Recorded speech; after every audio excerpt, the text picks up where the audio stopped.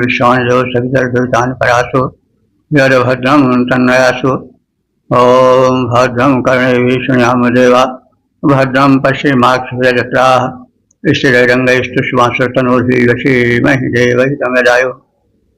ओम वेद प्रेमी श्रोता संप्रति ऋग्वेद के दशम मंडल के 99वें सूक्त की व्याख्या में प्रवेश करने जा रहे हैं। इस सूक्त में 12 मंत्र हैं।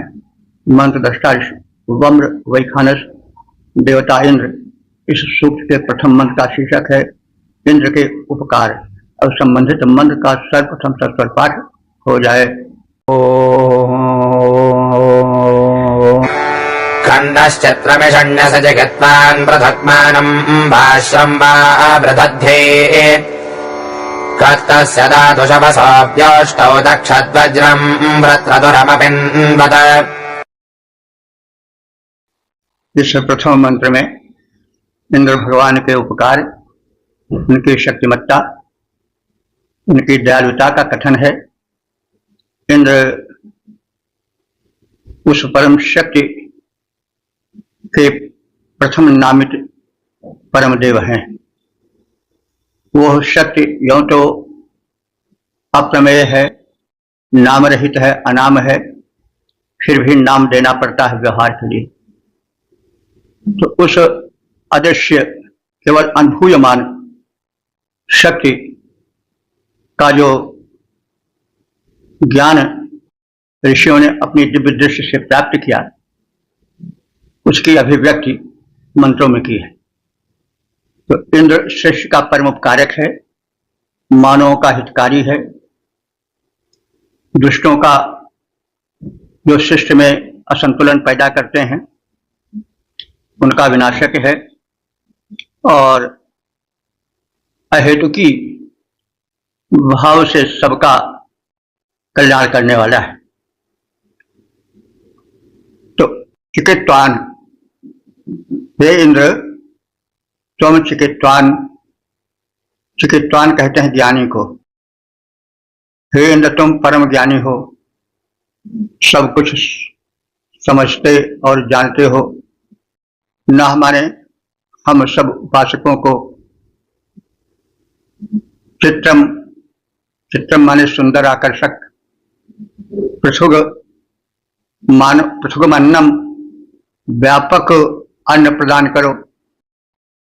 वाश्रम अस्तुत्य प्रशंसनीय, कम, कम माने सुखप्रद, संपदाएं बवृद्धे, हम सबकी उन्नति के लिए, उत्कर्ष के लिए प्रदान करो। ईशान्यश तुम अपने विविध उपकारों द्वारा उन्हें प्रदान कर हम सबको संतुष्ट करते हो। हे इंद्र शवशाह, शव कहते हैं बल को, तुम्हारे बल के लिए विष्टव वृद्ध के हेतु, कत दातु क्या देना होगा, कहने का मतलब हम सब इस स्तर पर नहीं है कि तुम्हें कुछ दे सकें, क्योंकि तुम प्रदान के ऊपर हो, तुम्हारा आदान ही प्रधान है। तो यह जब हृदय में भावना आती है नम्रता की, तो फिर उसको देने के लिए कुछ रह ही नहीं जाता है, यही निकलता है कि तुम्हें हम क्या दे सकते हैं। भक्ति की जब भावित भावना उभरती है तो अपने में लघुत्व का अनुभव होता है और वरवश मुख से निकल जाता है कि मैं तुम्हें क्या दूं। तो वही ऋषि कह रहा है कि हम कत दातु तुम्हें क्या दें। वृत्रतुरम वज्रम तक्षत, वृत्रतुरम माने वृत्तासुर का विनाशक, वज्रम तक्षत तुम्हारा वज्र बड़ा ही शत्रु विनाशक है और इसने जल धारा को मुक्त किया जिसे कि वृत्तासुर ने रोका था। यह प्रसिद्ध है कि वृत्तासुर वह शक्ति है दानवी, जो कि बादलों में भरे जल को थर पर नहीं आने देता है, उसे रोके रहता है। जब विद्युत आज वज्र प्रहार के रूप में उस पर प्रहार होता है तो वह जल मुक्त होता है। तो यूं तो वैज्ञानिकता यह है कि विद्युत जब चमकती है तो उसके द्वारा एक ऊष्मा उत्पन्न होती है। जैसे कोई बहुत बड़ा मशक हो जिसमें जल भरा हो, उसको जब चीर दिया जाए तो जल गिर जाए, वैसे मेघों में भरा अनंत जल जब विद्युत प्रहार द्वारा चीर दिया जाता है उसका कलेवर, तो वो वृष्टि का रूप ले लेता है। तो अब इसका मतलब इस रूप में कथन किया गया है शक्तिमत्ता के रूप में। वैसे तो सब कुछ परमात्मा का ही है, उसी की शक्तिमत्ता है, लेकिन लोग भिन्न भिन्न दृष्टि से उसको देखते हैं। जो हम वैज्ञानिकता से देखते हैं तो कहते हैं वो बिजली है, बिजली जब चमकती है तो ऊष्मा प्रकट होती है, उस ऊष्मा से जल क्षरित होने लगता है धरती पर। कोई ऐसी शक्ति है जो उसको रोके रहती है, वो दुष्ट शक्ति है, वृत्तासुर है। तो लेकिन अब उसको एक इस रूप में जब भक्ति से भावित करके कहा जाता है तो थोड़ा प्रारूप बदल जाता है। तो वही अंत में कहता है कि कत दातु, हम तुम्हें क्या दें, क्योंकि तुम परम शक्तिमान हो, दाता हो, हमारे पास तुम्हारे देने योग्य कुछ है ही नहीं।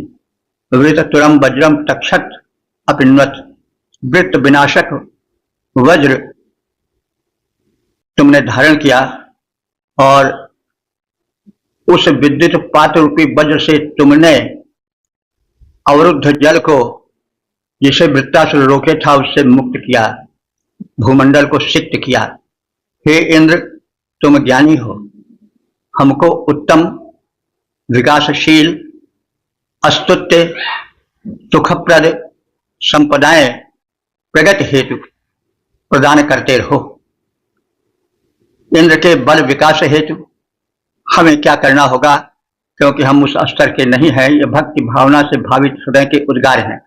उनके लिए त्वष्टा द्वारा वृत्तवध करता वज्र बनाया गया है, जिससे वे वृत्तासुर प्रहार करके वृष्टि के अवरोध को दूर करके धरा पिपासा कुल धरा को सिंचित करते हैं, उसकी प्यास बुझाते हैं। तो वह वज्र त्वष्टा नाम के शिल्पी द्वारा इंद्र को बनाकर प्रस्तुत किया गया है। उन इंद्र ने वृष्टि जल सेचन द्वारा हम प्राणियों का परम कल्याण किया है, वह अविस्मरणीय है। हम नमन करते हैं। हे प्रभु ज्ञानी हो, हे इंद्र प्रभु तुम ज्ञानी हो, उत्तम अस्तुत्य सुखप्रद संपत्ति से भवन भरो, हम प्रगति करें, इस हेतु हमें वैभव धन विपुल प्रदान करो। त्वष्टा ने वज्र बनाया है, वध वृत्र का करो हरो संकट, वर्षा जल के द्वारा तुमने कल्याण किया पूरा स्पष्ट। ओ 10-99 देवता इंद्र शीर्षक इंद्र का महत्व। अब संबंधित मंत्र का सर्वप्रथम सत्वर पाठ हो जाए।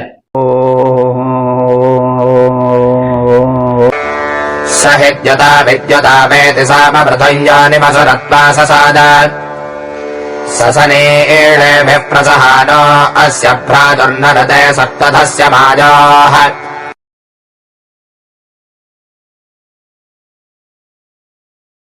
इस दूसरे मंत्र में इंद्र की महत्ता, उनकी शक्तिमत्ता, लोकोपकार, दुष्ट शक्तियों के विनाश आदि के सुकृत्यों का कथन है।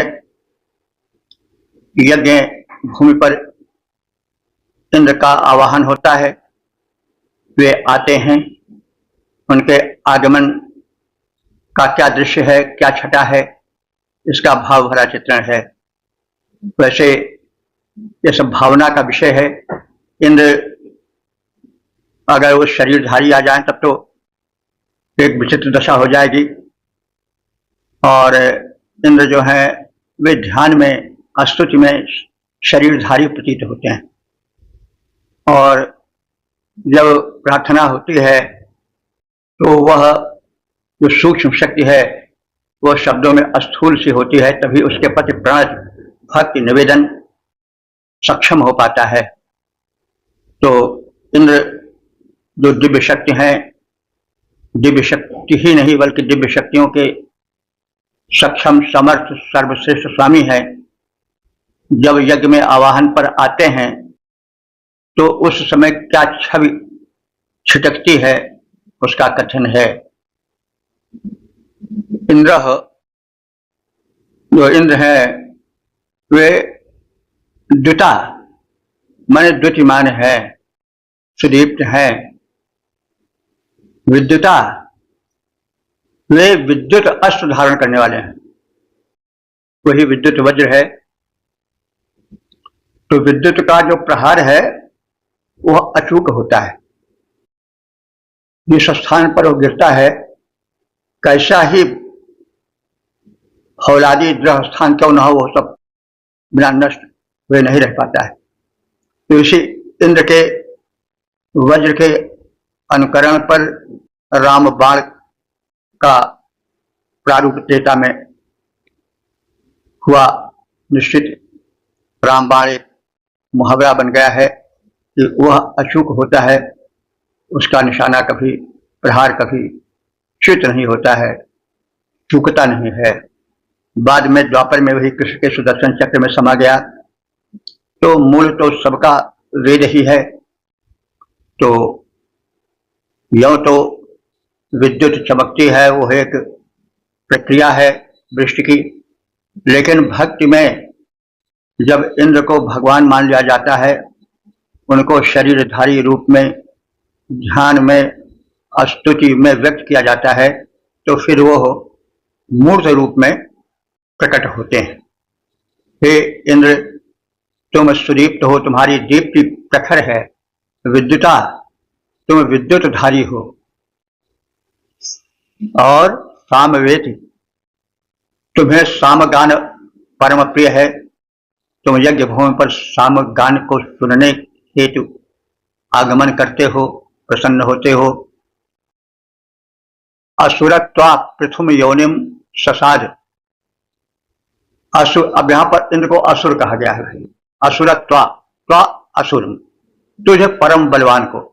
इसके विषय में कहा गया है कई बार मेरे द्वारा कि असुर शब्द पहले श्रेष्ठ देवताओं के लिए प्रयोग होता था। असुर का अर्थ होता है बलवान, प्राणवान। तो देवताओं या आदित्यों में और असुरों में वैर भाव चलता था, लाग डांट चलती थी। तो बलवान पदवी असुरों को, यानी जो दैत्य थे दैत्य के पुत्र और जो दानव थे धर्म के पुत्र, उनको एक चुनौती सा लगा जब वैदिक देवता अपने को असुर कहने लगे, तो परम बलवान कहने लगे। तो कुछ विवाद हुआ होगा, तो उन्होंने कहा कि तुम हमसे बलवान ज्यादा नहीं हो। ठीक है, शारीरिक शक्ति में वो जरूर प्रबल थे, कम नहीं थे, लेकिन वैचारिक शक्ति उनके पास नहीं थी। और कहा भी गया बुद्धिर यस्य बलम तस्य निर्बुद्धे कुतः बलम। जिसके पास बुद्धि है उसी के पास बल है, बुद्धिहीन जो है वो बलहीन हो ही जाता है। तो यह एक नीति वाक्य है। तो देवता बुद्धि से भी बलिष्ठ थे, इसलिए उन्होंने असुर पदवी छोड़ दिया और उसे दानवों को, दैत्यों को दे दिया। ठीक है भाई, तुम ही असुर बन जाओ। तो बाद में वही असुर शब्द जो है वो आज तक चल रहा है। हम लोग किसी को असुर कह दें तो वो अच्छा नहीं मानेगा, वो बिगड़ भी सकता है। तो लेकिन जैसा हमने निवेदन किया है, असुर शब्द प्राचीन वेद मंत्रों में देवताओं के लिए, प्रसिद्ध देवताओं के लिए आया है, जैसे इंद्र के लिए, वरुण के लिए, अग्नि के लिए। तो यह सब असुर हैं। तो यहाँ पर इंद्र के लिए असुर शब्द का प्रयोग हुआ है। हे इंद्र त्वा असुर, तुझ बलधारी के लिए पृथुम यौनिम, पृथु माने विस्तृत, यौन कहते हैं फलोत्पादक यज्ञ को। यौन वैसे जिससे कोई चीज उत्पन्न हो यौन है, तो यज्ञ क्या है? यौन है किसकी? शुभ कर्मों की, शुभ फलों की, शुभ परिणामों की। तो यहाँ पर फलोत्पादक, फल प्रदायक योनि यानी फल प्रदायक यज्ञ। योनि यहाँ यज्ञ के लिए आया है क्योंकि वो फल को पैदा करने वाली है। तो असुरत्वा तुझ परम बलिष्ठ को इस पृथ्वी व्यापक यज्ञ भूमि पर जो व्यापक फलोत्पादिका है वहां ससाद तुम आकर प्रतिष्ठित हो जाओ, और तुम प्रतिष्ठित हो भी जाते हो। सह सर्वा कर्म भी प्रसहाया, वह तुम जो हो वो मरुतों के साथ रहते हो और शत्रुओं को परास्त करते हो। सप्तस्य भ्रातु, सप्तथस्य माने सातवें, भ्रातु माने भाई हो इसके आदित्यों के, यानी इंद्र भी आदित्य मंडल में आते हैं। तो आदित्य मंडल में तुम आदित्यों के, आदित्य के पुत्रों के, देवों के सातवें भाई हो। ऋते यज्ञ में तुम पधारो, तुम्हारा स्वागत है। इंद्र सुदीप्त विद्युत अस्त्र द्वारा सुसज्जित होकर यज्ञ भूमि में सामगान श्रवणार्थ आता है। वह बल संपन्न होकर अनेक स्थानों पर अपना आधिपत्य प्रकट करता है। वह इंद्र मरुद गणों के साथ विराजमान होकर शत्रुओं को परास्त करता है। आदित्यों के सप्तम भ्राता हैं ये इंद्रदेव। तो ऐसे इंद्र के बिना कोई कार्य सिद्धि नहीं हो सकता है। इसलिए हम कार्य सिद्धि हेतु देवराज इंद्र का आवाहन करते हैं। वे यज्ञ भूमि पर आवें, शोभा बढ़ावें, हम सबके कार्य सिद्धि करें। दीपित विद्युत अस्त्र धार कर इंद्र यज्ञ में आता है। दीपित विद्युत अस्त्र धार कर इंद्र यज्ञ में आता है। साम गान सुन यज्ञ मध्य वह देव परम सुख पाता है। सप्तम भ्राता आदित्यों का इंद्र मरुत से मिल जाता है। उनके संग हराता अरिदल, उनके संग हराता अरिदल कार्य सफल हो जाता है। ओम 10 99 3 देवता इंद्र शीर्षक पराक्रमी इंद्र। अब संबंधित मंत्र का सर्वप्रथम सत्तर पाठ हो जाए। सपाजञ्जाता पदुष्पदाजन् स्वरशाता परिषदत्सरिष्यन् अनर्वाजच्छदुरस्य वेदोऽघ्नन् छिष्टदेवाम् अभिवर्पसा भूत्।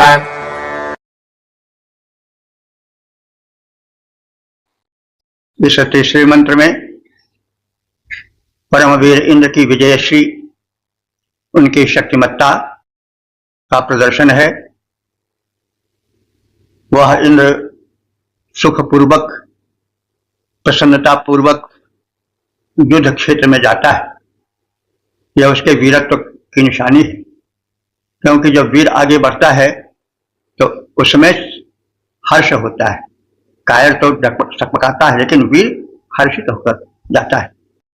तो इंद्र सह वाजम जाता, वाज माने अन्न होता है, वाज माने शक्ति भी होता है, वाज माने युद्ध भी होता है।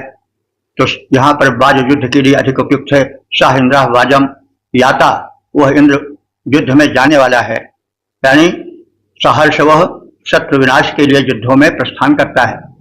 अब दुष्पदायन, और वह दुष्टों का संहार करता है। और अनर्वा, वह परम बलशाली है। अनर्वा माने युद्ध क्षेत्र में पराजित नहीं होने वाला है। वर्पसा, वह बलपूर्वक जो है वह अभिभूत शत्रुओं को परास्त करके उनके धन को छीन लेता है। शिष्ण देवान घृणन, शिष्ण कहते हैं लिंग को, और देवान माने जो लिंग को ही देवता माने। तो यानी जो लिंगोपासक है। तात्पर्य यहाँ पर वैसे तो शिवलिंग भी, लेकिन शिवलिंग को नहीं कहा जा सकता, लेकिन जो शिष्य के दास हैं, यानी जो इंद्रिय के कामोपभोग के दास हैं और उसी को देव मानते हैं, वो शिष्ण देव हैं। शिष्णम लिंगम कामो भोगम, ये देवा मनंती, जो देवता मान लेते हैं, देवम स्वीकृति की आचरण थी, देव ऐसा उसको स्वीकार करके आचरण करते हैं, यानी जो कामेंद्रिय परायण हैं ऐसे लोगों पर इंद्र दया नहीं करता है, यानी वो कामियों लोलुपों पर सदैव कठोर बना रहता है। क्योंकि शिष्ण देव होना यानी वो तो एक प्राकृतिक प्रक्रिया है, आवश्यक है, लेकिन जो बस शिष्ण को ही कामोभोग को ही देवता मान लेते हैं तो वो तो दुष्ट हैं, चक्रकूट में आते हैं, वे जो है वो नष्ट कर देने योग्य हैं, विनाश करने हेतु इंद्र उनको उद्यत रहता है। इसलिए कहा जा रहा है कि शिष्ण देवान घृणन, इंद्र जो है शिष्ण के भक्तों को यानी कामोपभोग में परायण रहने वालों को, उसी को देवता मानने वालों को, सर्वस्व कामोपभोग को ही मानने वालों का वो परम शत्रु है। यह बात स्पष्ट कर देता है कि यह इंद्र जिसकी प्रार्थना की जा रही है, यह उस इंद्र से जो कि अप्सराओं से घिरा रहता है, विलासी है, उससे बिल्कुल भिन्न है। क्योंकि यह तो जो लिंग परायण रहते हैं, जो कामोपभोग में संलग्न रहते हैं, उनका शत्रु है। तो जो ऐसा है वो स्वयं कैसे कामोपभोग में लीन रह सकता है, अप्सराओं का नृत्य देखे, उनसे घिरा रहे, कामना वासना से जो सना रहे, वो कैसे ऋग्वेद का इंद्र हो सकता है। तो इंद्र परम वीर है, वह इंद्रिय जयी है, और जो कामोपभोग को ही जीवन मानते हैं, शिष्ण को ही देवता मानते हैं, उनका वो परम शत्रु है, उनका विनाश कर देता है। तो वह इंद्र सुखपूर्वक युद्ध क्षेत्र में जाकर स्थित हो जाता है। युद्ध करने में, शत्रुओं के शमन करने में उसे आनंद आता है, भय का अनुभव नहीं होता है। यह उसकी युद्ध वीरता का उदाहरण है। इंद्र युद्ध वीर है, वह अविचल रहकर 100 द्वारों से युक्त शत्रुपुरी में विद्यमान जो धन होता है उसको भक्तों के हित में जीत कर लाने वाला है। एवं जो कामेंद्रिय को ही सब कुछ मानते हैं, लोलुप हैं, जो वासना के, जो भोग परायण हैं, उनका वो शत्रु है, उनको विनष्ट करता है। जो इंद्रिय संयम करते हैं उनका वो साथ देता है। युद्ध क्षेत्र में सुखपूर्वक वह इंद्र चला जाता है, 100 द्वारों वाले हरिपुर का द्रव्य जीत लाता है। जो इंद्रिय लोलुप जन हैं, जो भोग परायण दिखलाते हैं, वे अधम भोग संलिप्त इंद्र के द्वारा मारे जाते हैं। और 1099 देवता इंद्र शीर्षक वृष्टि का स्वामी इंद्र और संबंधित मंत्र का सर्वप्रथम सस्वर पाठ हो जाए। सयह्यो वनेर्गोश्वर्वाजहोति प्रधन्या स्वसस्रेः अपादो यत्र युज्या असोरथाद्रोण्यश्वास एरते घृतम्बाः। इस चौथे मंत्र में इंद्र की लोकोपकारिता का कथन है। इंद्र केवल वीर ही नहीं है, वरन वह लोक कल्याणकारी भी है। इस इंद्र की लोक कल्याणकारिता का दिग्दर्शन इस मंत्र में अधिक है। सह माने वह इंद्र, न माने हम सबको, उपासकों को सदैव प्रिय लगता है, हितकर, उनका हितकारी है। अरवा, अरवा कहते हैं मेघ। तो वैसे अरवन घोड़े के लिए भी आता है, लेकिन मेघ कुछ घोड़े की तरह दिखाई देते होंगे, काले काले, इसलिए अरवा कह दिया गया है। तो अरवा वैसे गति के लिए आता है, बल के लिए आता है। तो अरवा माने वह इंद्र जो है वह मेघों की ओर गतिशील होता है। तो अरवा को हम गंता भी कह सकते हैं, जाने वाला, क्योंकि अश्व जो है वो वेग से जाता है। तो अरवा यहाँ मेघों के लिए प्रयुक्त समझ पड़ता है। तो इंद्र जो है वो वर्षा का स्वामी है, वृक्ष से ही सृष्टि का कल्याण होता है, इसलिए वह अरवा माने गमनशील मेघों की ओर जाता है, बादलों की ओर जाता है। और सत्श्री माने भ्रमण करता हुआ, व्यवस्था को देखता हुआ। गोश, गोश माने भूमियों में। देखिए शब्द का जो प्रयोग है वो कुछ जटिल है। अब यहाँ गो माने भूमि लिया गया है। गो शब्द के कई अर्थ होते हैं। गो माने इंद्रिय भी होता है, गो माने भूमि भी होता है, गो माने गाय होता है। ज्यादातर हम लोग जो जानते हैं वो गो माने गाय जानते हैं, लेकिन गो माने पृथ्वी भी होता है, गो माने इंद्रिय भी होता है। तो यहाँ पर प्रसंगानुकूल गो का अर्थ भूमि है, और गोश माने भूमियों में। तो जो इंद्र है वह भ्रमण करता है और देखता है कि किन भूमियों में विश्व की आवश्यकता है। तदनुसार वह आपा माने जलों को बरसाता है। यह इंद्र के प्रबंधक रूप का विशेष रूप से चित्रण किया गया है, उसको उभारा गया है। तो इंद्र जो है वो भ्रमण करता है, गतिशील मेघों की ओर जाता है और भूमियों को देखता है। जिन भूमियों पर वृष्टि की आवश्यकता है वहां जल बरसाता है। और यत्र जहां वह देखता है कि अब नदियां सूखी पड़ी हैं, उन्हें जल से प्रवाहित करना है, तो उन प्रदेशों में वृष्टि के माध्यम से नदियों को गतिशील करता है।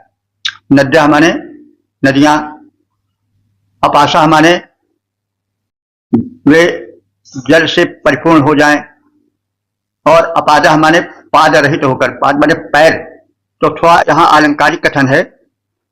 जब इंद्र वृष्टि करता है तो नदियां जो सूखी रहती हैं और दौड़ती वेग से हैं, लेकिन उनके पैर नहीं रहता।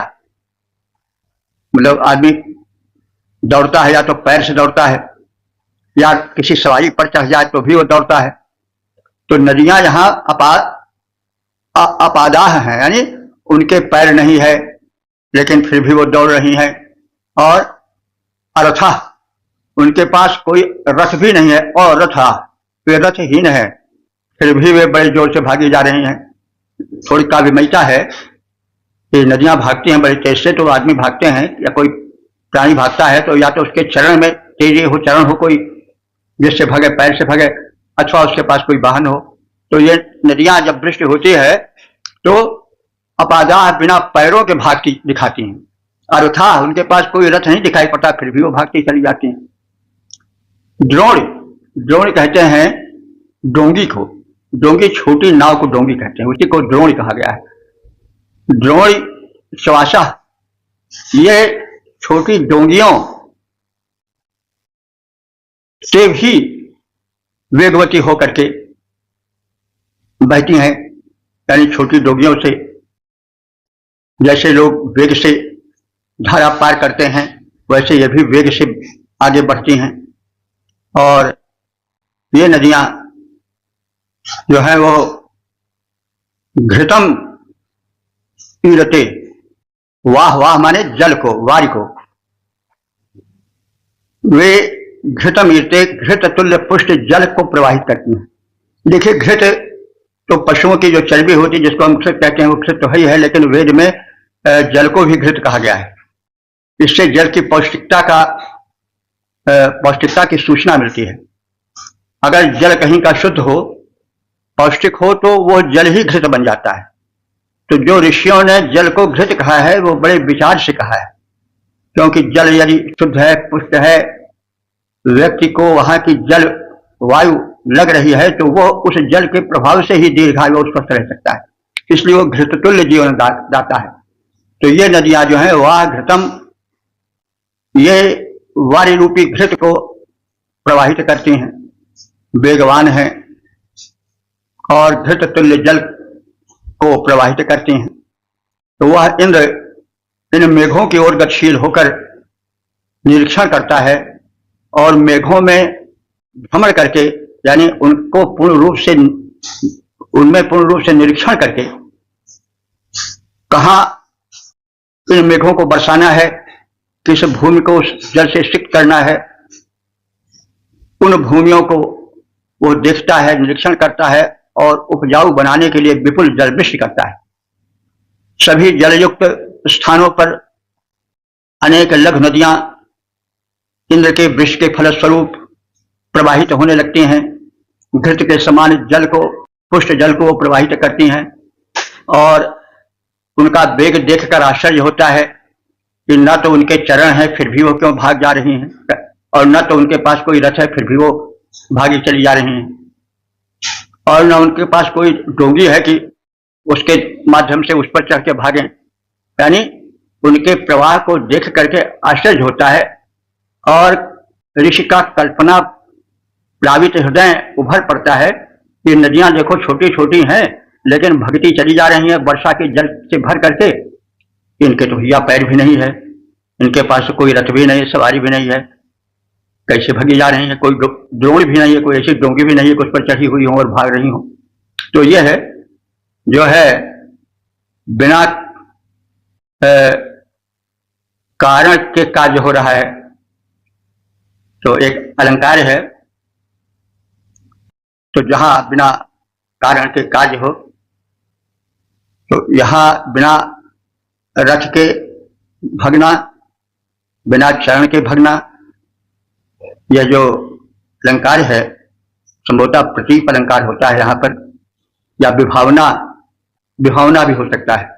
पद बिन चले सुने बिन काना, बिन कर कर्म करे बिझनाना, आनंद रहित अमित भोगी, बिन रसना बतना बल जोई।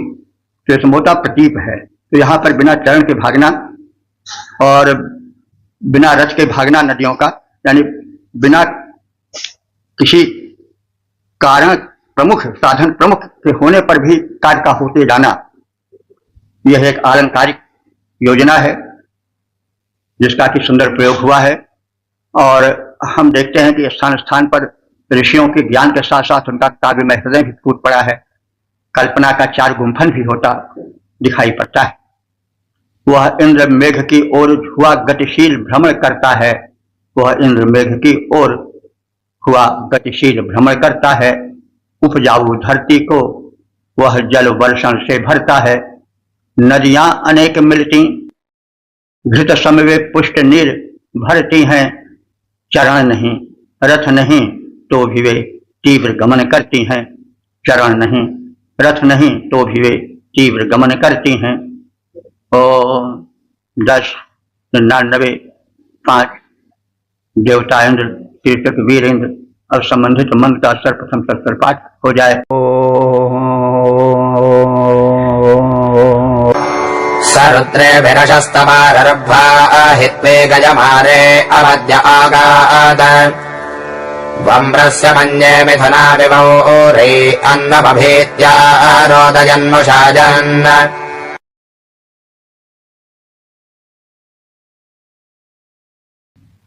इस पांचवें मंत्र में मंत्र दृष्टा ऋषि यह कह रहे हैं कि इंद्र एक आदर्श दाता है और वह मेरे माता पिता का कष्ट निवारण करें और हमें शक्ति प्रदान करें। सह इंद्र, वह इंद्र अशस्त्र वारा, बिना मांगे देने वाला है।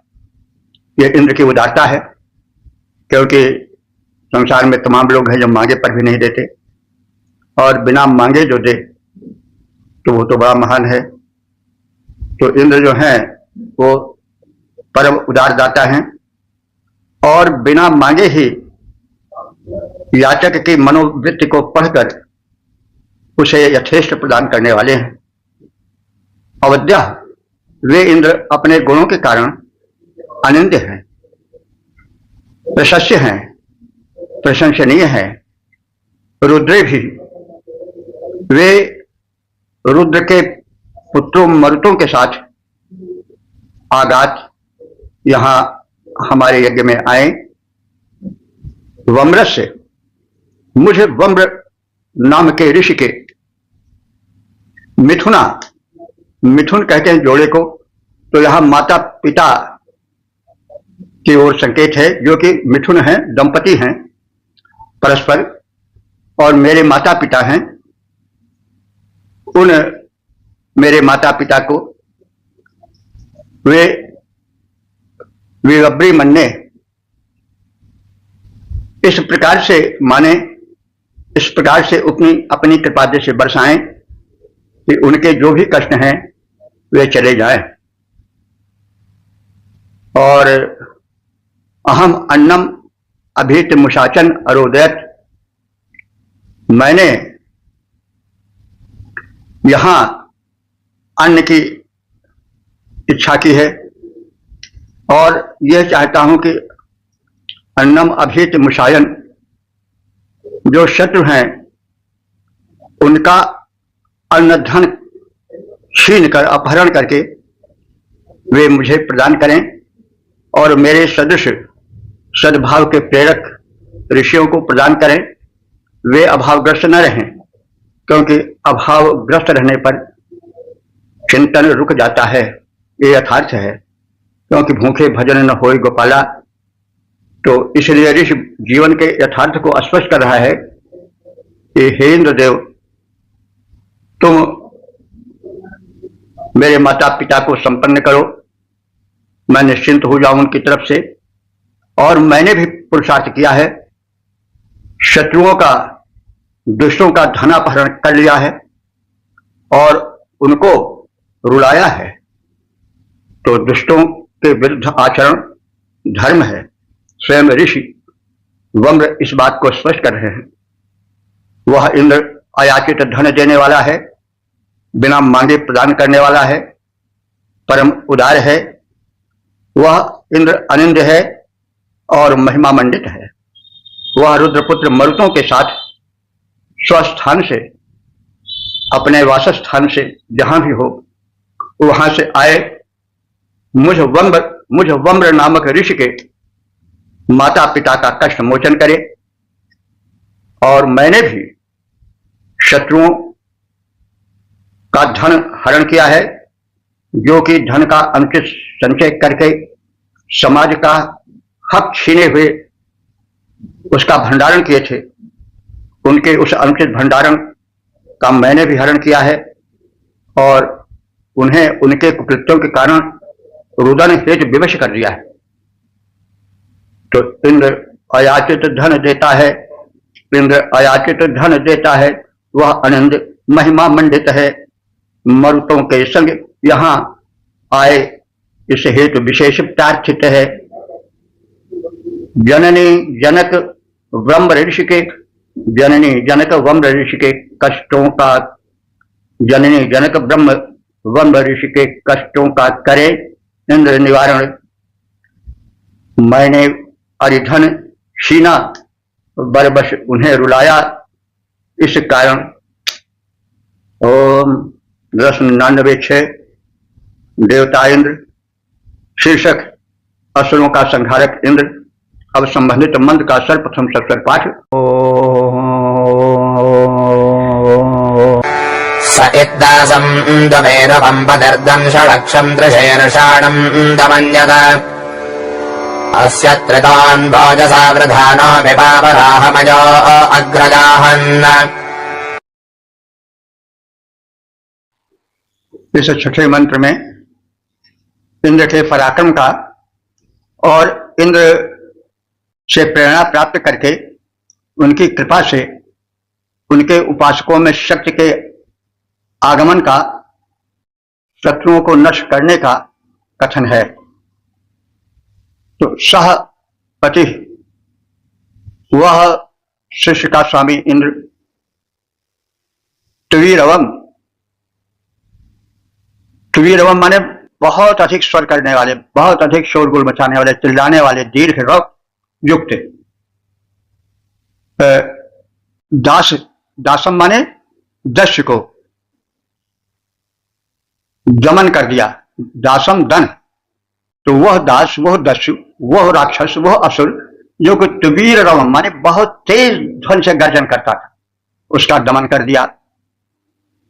षड अक्षम, 6 आंखों वाले राक्षस लोग विरूप होते ही हैं, तो षड अक्षम 6 आंखों वाले, त्रिशूलम माने 3 सिर वाले राक्षस को दमनयत माने दमन कर दिया। तो 6 आंखों वाले, 3 सिर वाले त्वष्टा के पुत्र विश्व रूप का दमन किया। जो विश्व रूप था उसके 6 आंखें थीं और 3 सिर थे और उसका दमन कर दिया इंद्र ने। अब ये देखिए, वेद से ही जो बाद में आया कि रावण के 10 सिर थे, तो और त्रिशिरा एक राक्षस था जिसके 3 सिर थे, तो ये सब वेद से ही है। यहां पर भी जो एक त्वष्टा का पुत्र विश्वरूप है, उसके 6 आंखें 3 सिर बताए गए हैं। बात स्पष्ट हो गई होगी कि वेद का प्रभाव ही है जो बाद के ग्रंथों पर रामायण पर पड़े। त्रित नाम के ऋषि ने इंद्र की कृपा प्राप्त की और वे भी शत्रु संहारक बन गए और ओजसा प्रधाना, उनकी शक्ति में वृद्धि हुई और शक्ति की वृद्धि पा करके अयो अग्रया विपा बराहम हन, अयो अग्रया माने अपने हाथ के अग्रभाग में जो वज्रतुल्य, अय कहते हैं लोहा को, फौलाद को, जो उन ऋषि के हाथ के आगे फौलाद तुल्य नख थे, उनके अग्रभाग से विपा वराहम हन, उस वराह नाम के राक्षस को चीर फाड़ डाला। किसने? इंद्र की कृपा प्राप्त त्रित नाम के ऋषि ने। तो उस सर्वेश्वर इंद्र ने अति गर्जनशील दुष्ट दस्युओं का दमन किया था। उसने 6 नेत्रों और 3 सिरों वाले त्वष्टा के पुत्र विश्व रूप का वध कर डाला था। इंद्र की कृपा पा करके, उनकी तेजस्विता से तेजस्वी बन करके त्रित नाम के ऋषि ने फौलादी तीव्र नखों द्वारा उस बराह नाम के दैत्य को विदीर्ण कर डाला। तो यह देखिए, इंद्र का बल और इंद्र की कृपा प्राप्त उनके सेवकों का बल। राम कथा भी प्रभावित है। राम कृपा बल पाए कपिंदा, भय पक्ष जुट मन गिरिंदा। बंदर भालू जो कि राक्षसों के आहार थे, वो राम की कृपा को बल को पा करके भय पक्ष जुट मन गिरिंदा, मानो कोई बहुत बड़ा पहाड़ हो जिसके पंख उड़ाए हों, जहां चाहे तहां उड़ जाए और फिर संहार कर डाले। तो सब मतलब राम की कृपा से, जैसे रामायण में तमाम शक्तिहीन प्राणी भी बड़े बड़े शक्तिशालियों को धूल चटा देने में समर्थ हुए, वैसे यहां पर कृत है। तो इसका मतलब हुआ कितना प्रभाव राम कथा पर है, वेद का यह जाना जा सकता है। तो इंद्र ने न केवल त्वष्टा के पुत्र विश्वरूप का वध किया, वरन अपनी शक्ति का संचार करके त्रित नाम के ऋषि में वो शक्ति भर दी। उन्होंने भयंकर राक्षस को अपने तीखे नखों से विदारित कर दिया, फाड़ डाला, चीर फाड़ डाला। तो गर्जनशील दश को सर्वेश्वर सुरेंद्र ने मारा।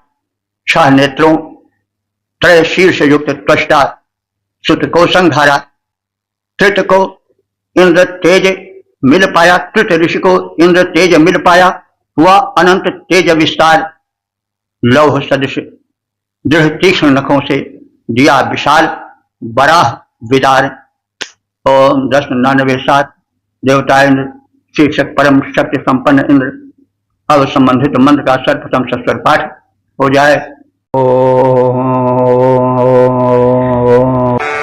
सद्रपणे मनुष ऊर्ध्वसान आसा विशदर्शसाना जशरम् सनृतमो नहुषोऽस्मत्सुजादः पुरोऽभिनदरहन्दस्य हत्ये। इस 17वें मंत्र में इंद्र के बलशाली रूप के साथ ही साथ वे अपने भक्तों को भी अस्त्र शस्त्र प्रदान कर शत्रु संहार में उन्हें सक्षम बनाते हैं। तो ऊर्ध्वासना, जिसका आसन ऊर्ध्व है, ऊंचा है, श्रेष्ठ है, ऐसा इंद्र भक्तों को दुहेड़े माने भक्त द्रोहियों के विनाश के लिए, हिंसकों को दंड देने के लिए शरुम, शरु कहते हैं अस्त्र शस्त्र को, आयुध को, शरुम प्रदान, अस्त्र शस्त्र प्रदान करता है। स नृतमा, वह इंद्र, नृतमा माने नृ माने नायक और तम माने श्रेष्ठतम, तो इंद्र श्रेष्ठतम नायक है।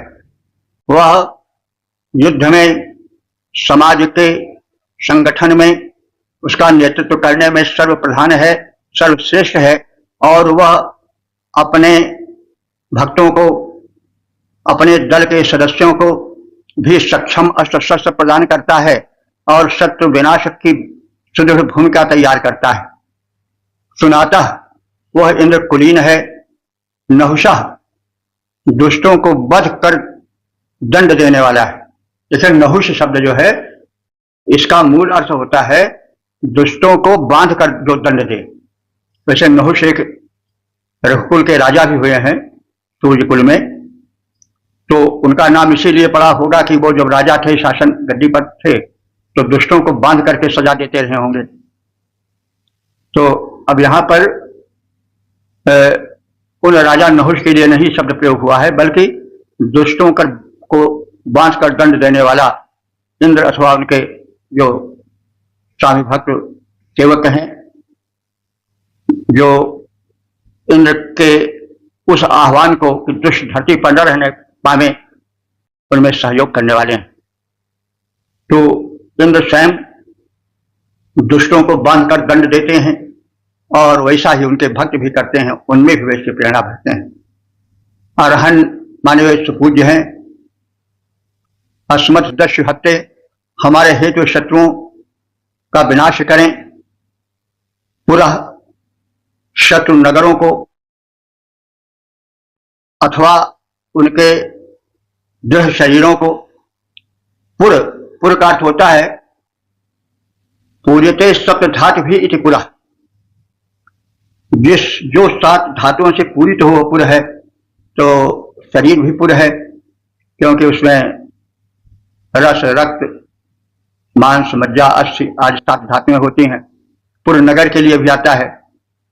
तो वह शत्रुओं के नगरों को, यानी इंद्र जो है वह शत्रुओं के नगरों को नष्ट करते हैं अथवा शत्रुओं के दृढ़ शरीरों को नष्ट करते हैं। तो पुर का दोनों अर्थ लेना चाहिए। तो इंद्र जो है वो शत्रुओं के, दुष्टों के नगरों को नष्ट भ्रष्ट कर डालते हैं, साथ ही साथ उनके शरीरों को भी नष्ट भ्रष्ट कर देते हैं। अभिनत माने ध्वस्त कर देते हैं, ध्वस्त कर दिया और ध्वस्त कर देते हैं। इंद्र का यह वैशिष्ट है कि वे और उनके परिचारक अथवा उनके कृपा पात्र जन दोनों दुष्ट शक्तियों का विनाश करते हैं। आकर्षण के केंद्र इंद्र आक्रमण होने पर शत्रुओं पर घनघोर अस्त्रों से प्रहार करते हैं, हिंसकों को दंड देते हैं और भक्तों को भी, उपासकों को भी वे दुष्टों को दंड देने के लिए अस्त्र शस्त्र प्रदान करते हैं।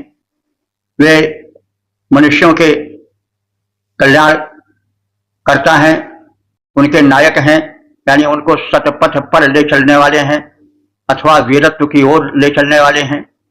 इंद्र दुष्ट संहारक हैं और दुष्ट संहार काल में वे इंद्र अनेक शत्रु नगरों को ध्वस्त कर देते हैं अथवा उनके सुदृढ़ शरीरों को भी चीर फाड़ डालते हैं। यानी नगर को साथ साथ दुष्टों को भी बिल्कुल समाप्त कर देते हैं।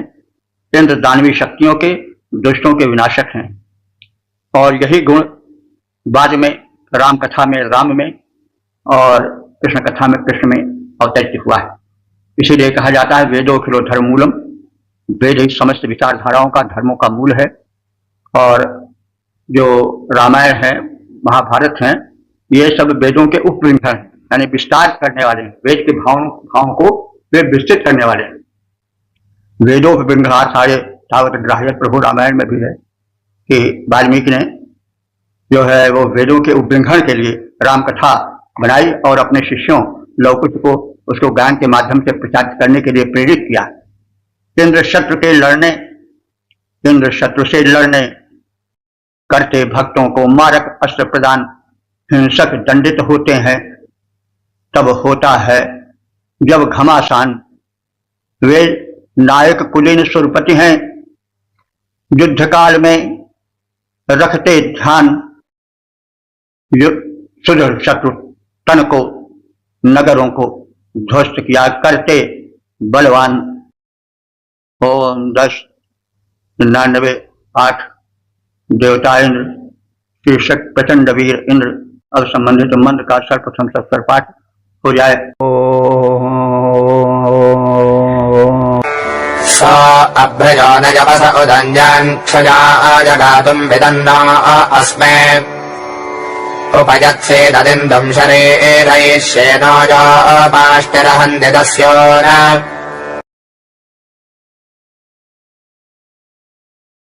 इस 8वें मंत्र में इंद्र के लोकहितैषी और दुष्टों के संहारक दोनों रूप का दर्शन किया गया है।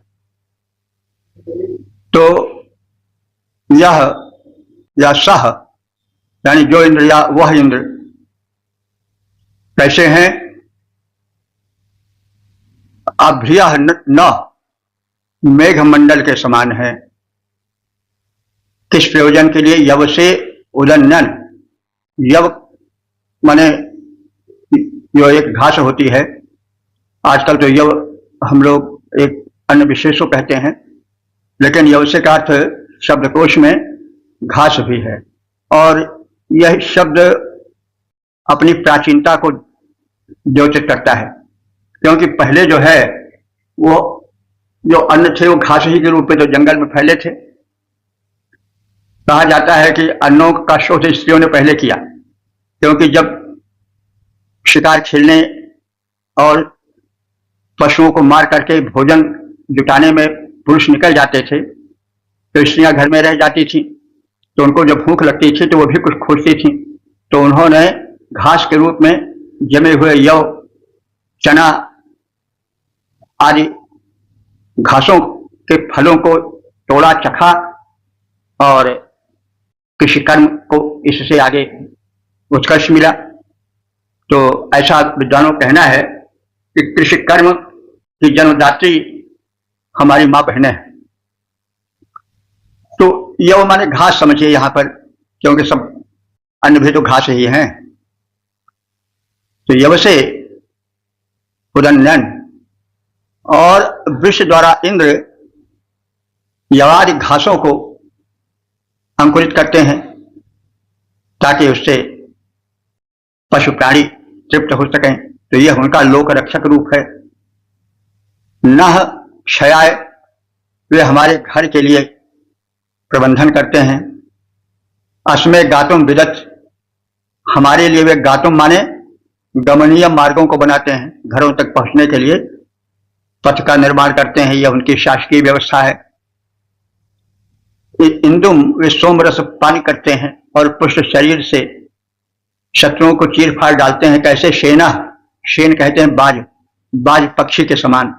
तो बाज पक्षी जिस को अपने चंगुल में पकड़ता है उसको चीर फाड़ डालता है। तो वे आया पाष्टि, आय कहते हैं फौलादी, पाष्ट कहते हैं पैर के चंगुल या हाथ के भी चंगुल कहे जा सकते हैं। तो वे जैसे बाज पक्षी अपने पैर के चंगुल से शिकार को चीर फाड़ डालता है, वैसे इंद्र दस्युन हंति, दस्युओं माने दुष्टों को अथवा असुरों को या शत्रुओं को, हंत माने मार डालते हैं, चीर फाड़ डालते हैं। वे इंद्र मेघ समुदाय के समान यवादि अन्नों के अंकुरण के लिए जल बरसाते हैं ताकि घासें उत्पन्न हो जाएं, पशु प्राणी सभी तृप्त हो जाएं। यह उनकी प्रबंधन व्यवस्था है, शासकीय व्यवस्था है। वे हमारे घरों तक पहुंचने के लिए मार्ग प्रशस्त करते हैं। वे सोम वर्षा कर तृप्त होते हैं और शिष्य में शक्ति संचार करते हैं। शेर पक्षी के समान, शेर माने बाज, बाज पक्षी के समान लोहे के सुदृढ़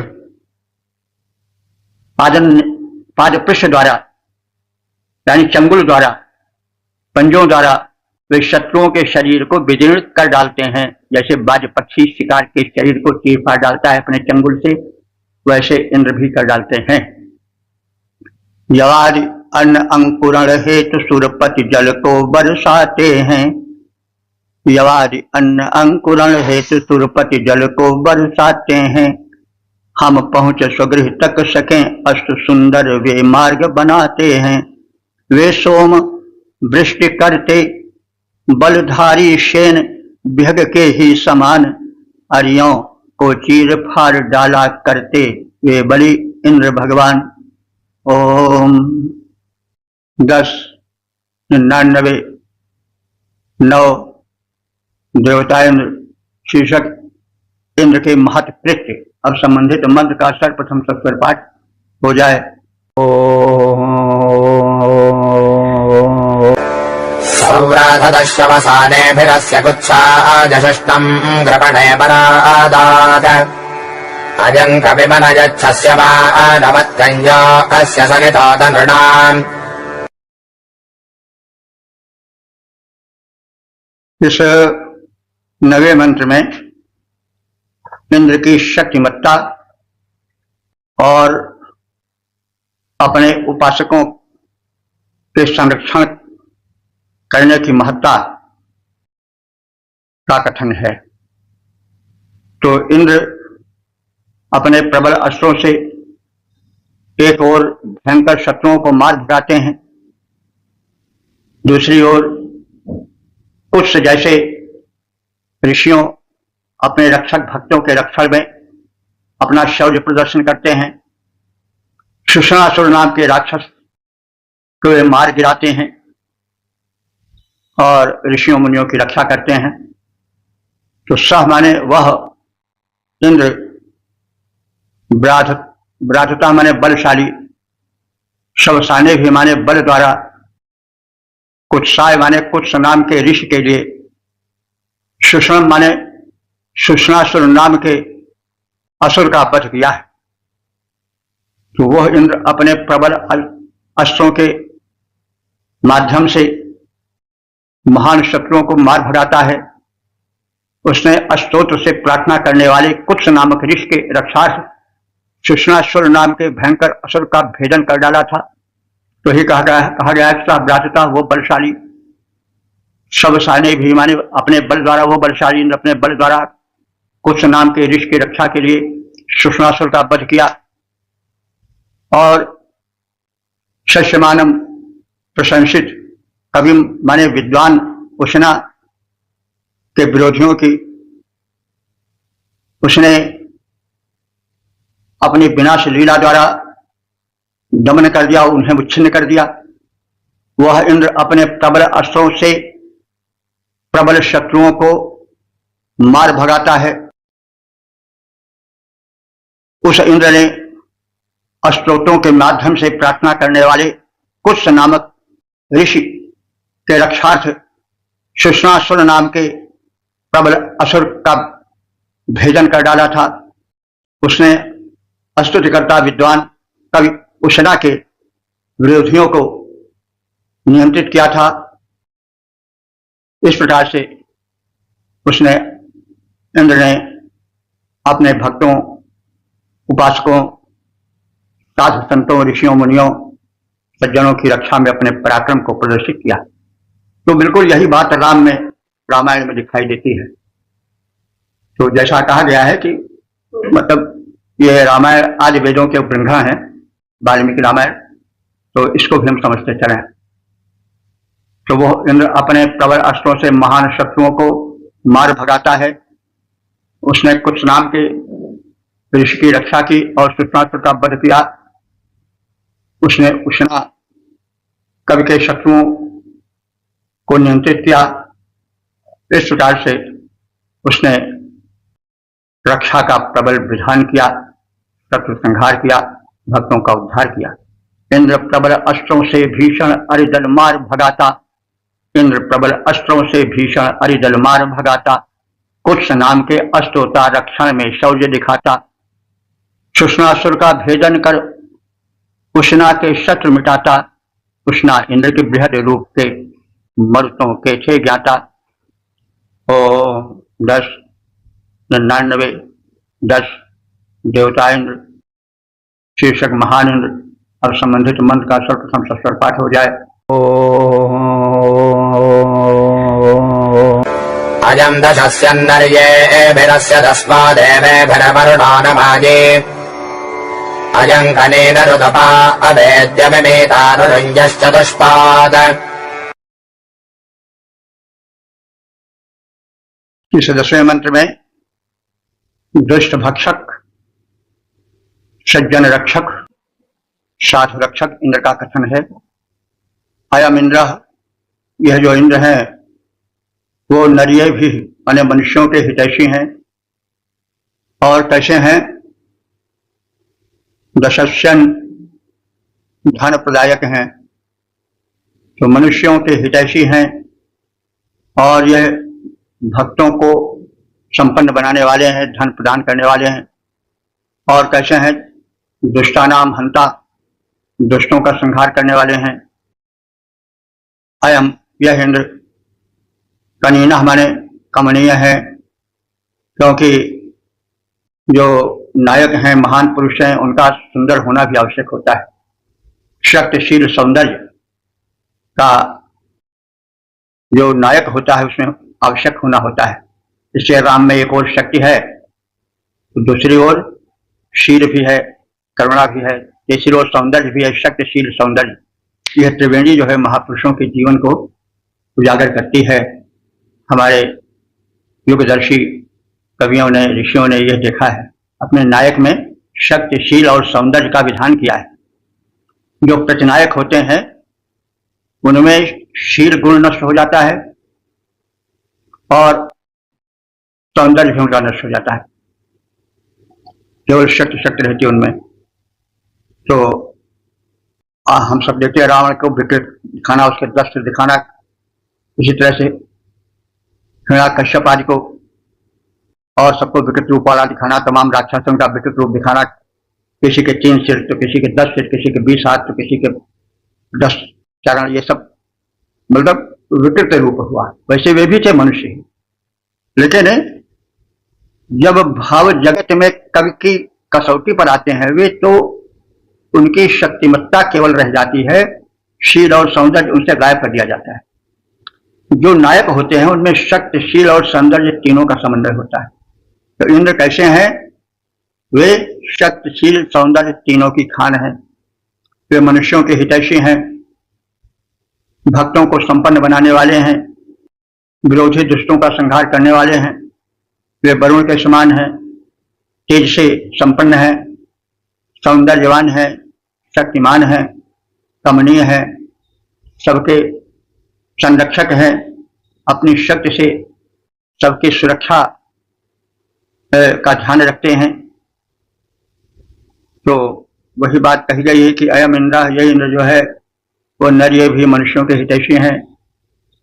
और दशासन उनको धन वैभव से संपन्न करने वाले हैं।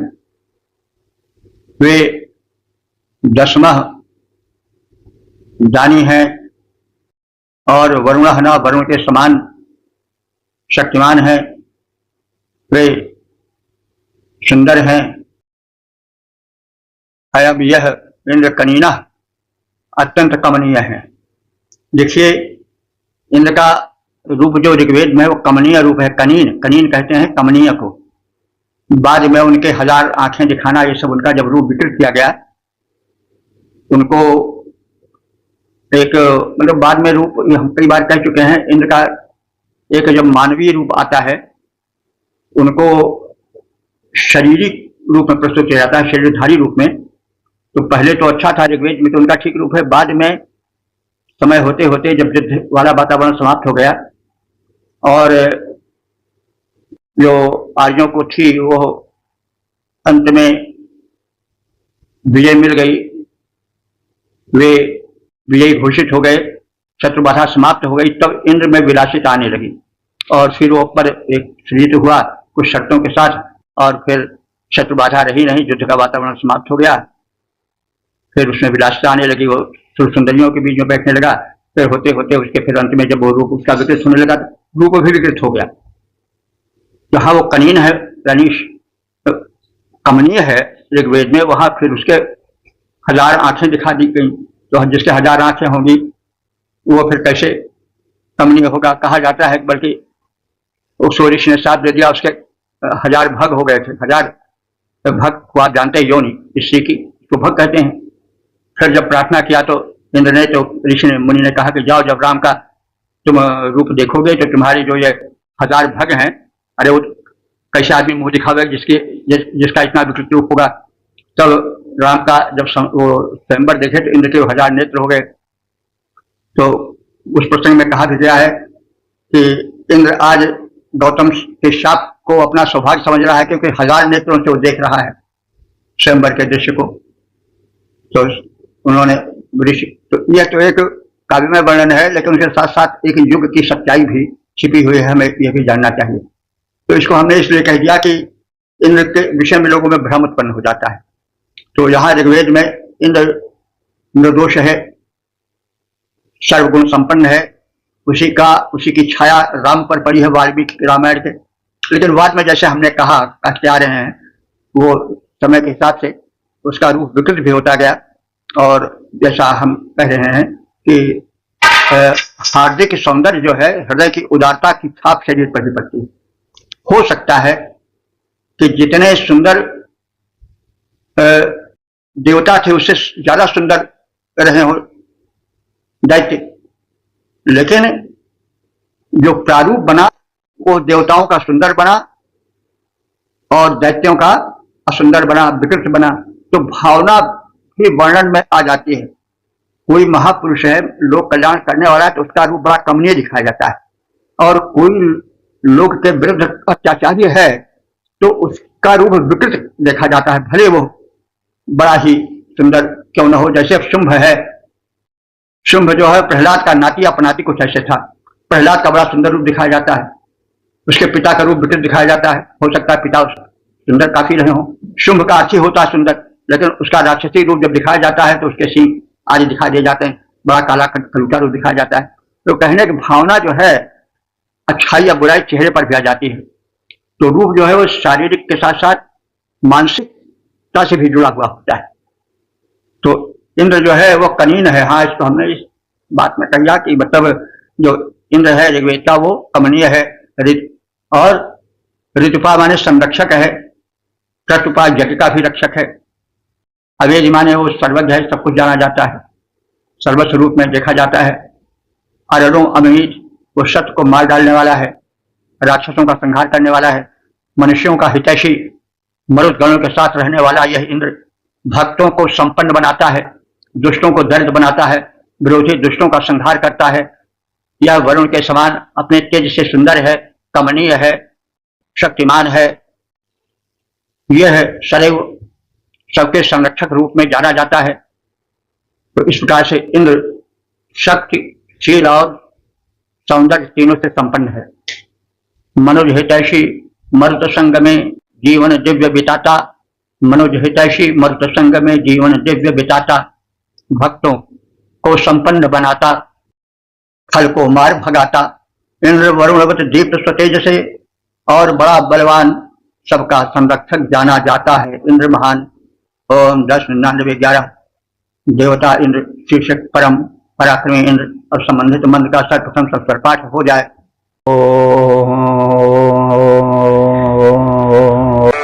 अस्य स्वामेभिरौषधरजिष्मा व्रजन्दरयद्वृषभेण विप्राः स्वत्पादत्यजतो देदजत्येः पुर इजानो अभिवर्तसाभूत्। इस 11वें मंत्र में यह कथित है कि इंद्र तो बलवान है ही, शत्रु संहारक हैं ही, दुष्ट विनाशक हैं ही, साथ ही साथ उनके भक्त भी इन गुणों से युक्त हो जाते हैं। तो अश्च इंद्र से इस इंद्र के अस्तोत्र भी जो स्तुतिकर्ता भक्त हैं वे भी बलवान हो जाते हैं।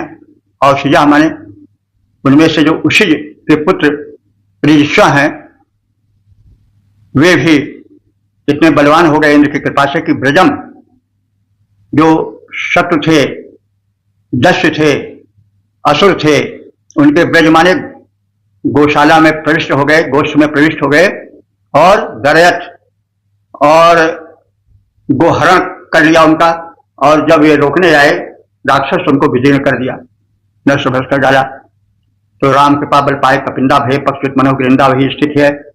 तो जो इंद्र के कृपा पात्र थे कुशिज के पुत्र ऋजिष्वा वे इंद्र की स्तुति से इतने बल संपन्न हो गए कि असुरों के ब्रज में माने गायों के बाड़े में प्रविष्ट हो गए और गायें अपहृत कर लिए तथा जो विरोध करने वाले शत्रु आए उनको विदीर्ण कर डाला, चीर फाड़ डाला। दरयत, दरयत माने चीर फाड़ डाला, दर डाला, विदीर्ण कर डाला।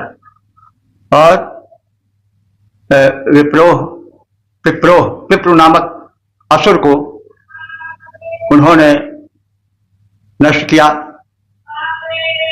और जो अस्तोत्र कहने वाले भक्त थे उनकी रक्षा की, शत्रुओं के पुरों को नष्ट भ्रष्ट कर दिया, आक्रमण करके उनको विनष्ट कर दिया। उशिज के पुत्र ऋषा ने इंद्र की स्तुति करके बल प्राप्त किया और वे भी दुष्टों के दलन में तत्पर हो गए। उन्होंने वज्र के द्वारा विप्र नाम के असुर के गौशाला में प्रवेश करके वृषभ आदियों का अपहरण कर लिया और जो विरोध करने आए उनको चीर फाड़ डाला। जिस समय ऋजिष्वा ने सोम को प्रस्तुत करके यज्ञ में स्तोत्र पाठ किया उस समय आकर इंद्र ने शत्रुफलों को विध्वस्त किया। यानी इंद्र को स्तुति और प्रिय सोम अर्पण बड़ा प्रिय लगता है और उसके बल से वे उत्साहित होकर के शत्रु संहार में तत्पर हो जाते हैं। तो उशिज पुत्र ऋषा ने किया इंद्रदेव का स्तुतिगान, उशिज पुत्र ऋषा ने किया इंद्रदेव का स्तुतिगान। पितृ असुर के गोष्ठ का किया नाश, वज्र का कर संधान। इंद्र देव सोम चढ़ाकर किया ऋजस्वा ने जब स्तोत्रों का गान तो शत्रुपुरी को नष्ट कर दिए इंद्रदेव बल बुद्धि निधान। ओम 10 99 12 देवता शीर्षक मंगल वैभव की कामना। अब संबंधित मंत्र का सर्वप्रथम सत्सर पाठ हो जाए।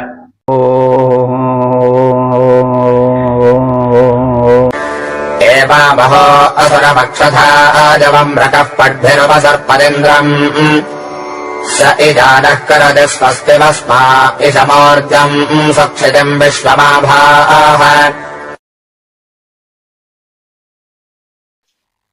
इस 12वें मंत्र में जो इस सूक्त के समापन का मंत्र है उसमें मंत्र दृष्टा ऋषि वम्र का आत्मनिवेदन है। इंद्र के प्रति वे अपना श्रद्धा भाव प्रकट करते हुए उनसे कुशल क्षेम धन वैभव आदि की कामना करते हैं और कहते हैं असुर, हे असुर इंद्र।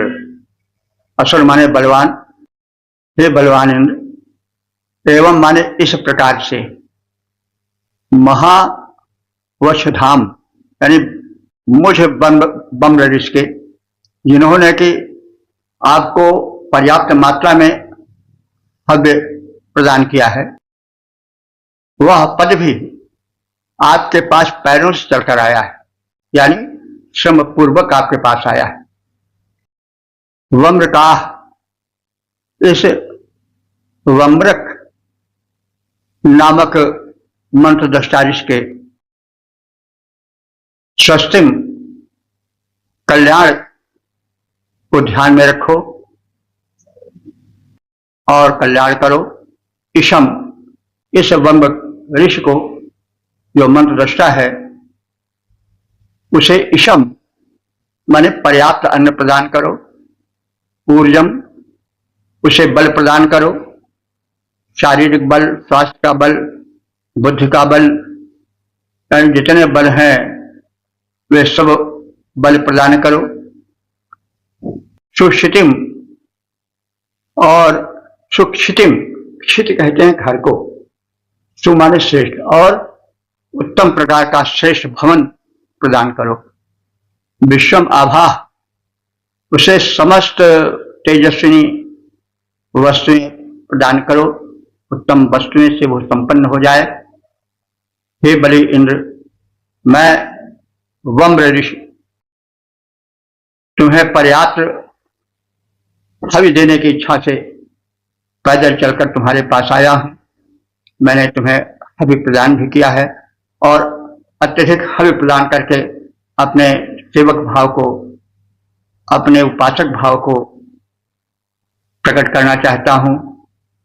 मैं तुम्हारा भक्त हूं, यथाशक्ति तुम्हारी सेवा करता हूं, तुम्हें नैवेद्य प्रदान करता हूं हव्यादि के रूप में। तुम हे इंद्र मेरा मंगल करो, मुझे अन्न, बल, वैभव और उत्तम वासस्थान, भवन आदि से संपन्न करो और समस्त आवश्यक वस्तुएं प्रदान करो। हे बलि इंद्र, मैं पैदल चलकर पास तुम्हारे आया हूं, कल्याण करो हवि प्रचुर चढ़ाने की इच्छा को लाया हूं। बल, अन्न और उत्तम घर को हमको हे इंद्र प्रदान करो। जो वांछनीय जीवन में है, जो वांछनीय जीवन में है, उन सब से मेरा भवन भरो, उन सब से मेरा भवन भरो। इस प्रकार से भगवत कृपा से दशम मंडल के 99वें सूक्त के 12 मंत्रों की संक्षिप्त व्याख्या हो चुकी है और अब तक जो मंत्र व्याख्यायित हो चुके हैं उनकी संख्या हो चुकी है 9951। ये भगवत कृपा है, वेद भगवान की अनुकंपा है और आप सब श्रोताओं की शुभकामनाएं हैं। अब इंद्र के विषय में हम लोग बहुत कुछ जान चुके हैं। वह इंद्र शक्तिशील सौंदर्य की खान है, वीर है, दानी है, शत्रुहंता है, सज्जनों भक्तों का रक्षक है, धन धान्य प्रदान करने वाला है, सब प्रकार से संपन्न है, संपूर्ण है, शक्तिशील सौंदर्य की खान है। तो इस प्रकार से हमने इंद्र विषय की सूक्त का संक्षिप्त अध्ययन किया और हम नम्र निवेदन करते हैं कि आप सब हमारी प्रार्थना स्वीकार करें, वेदों के अध्ययन की ओर उन्मुख हों, वेद सुने सुनाएं, पढ़ें पढ़ाएं। हम थोड़ा कर रहे हैं, आप अधिक करें और इस क्षेत्र में ऋषियों की दिव्यवाणी को, वेद को जो हमारे इस भारत भूमि में देखा गया, ऋषियों के दिव्य दृष्टि द्वारा भगवत संदेश को अपने ध्यान में रखकर भगवत कृपा की कृपा में सनी हुई जो संदेश शिष्य के रक्षा के लिए दिया गया, उस परम शक्ति द्वारा उसको ऋषियों ने अपने ध्यान जन्य तरंगों से पकड़ा और उसे शब्द में बांधकर मंत्र रूप में प्रस्तुत किया। तो यह तो वेद की महत्ता है, भगवत्ता है और संसार की सबसे प्राचीन भाषा ऋग्वेद की है। सबसे प्राचीन लेख ऋग्वेद का है, इसमें किसी को कोई संदेह नहीं है। यह विश्व में मान्यता प्राप्त कर चुका है। हमारे भारत का यह संदेश है। हमें कुछ आभास हुआ है कि विदेशों में वेद के भक्त तमाम उत्पन्न हो रहे हैं। ये हमारे पुस्तक जो कि चौखंबा से प्रकाशित है उसको कुछ लोग मंगा भी चुके हैं और तमाम लोग विदेश में सुनते भी हैं, अपने संदेश और अपनी शुभकामनाएं भेजते हैं। तो कुछ लोग भाषा के अभाव में कभी कभी नहीं समझ पाते हैं, तो इस भाव को भी जो हमारे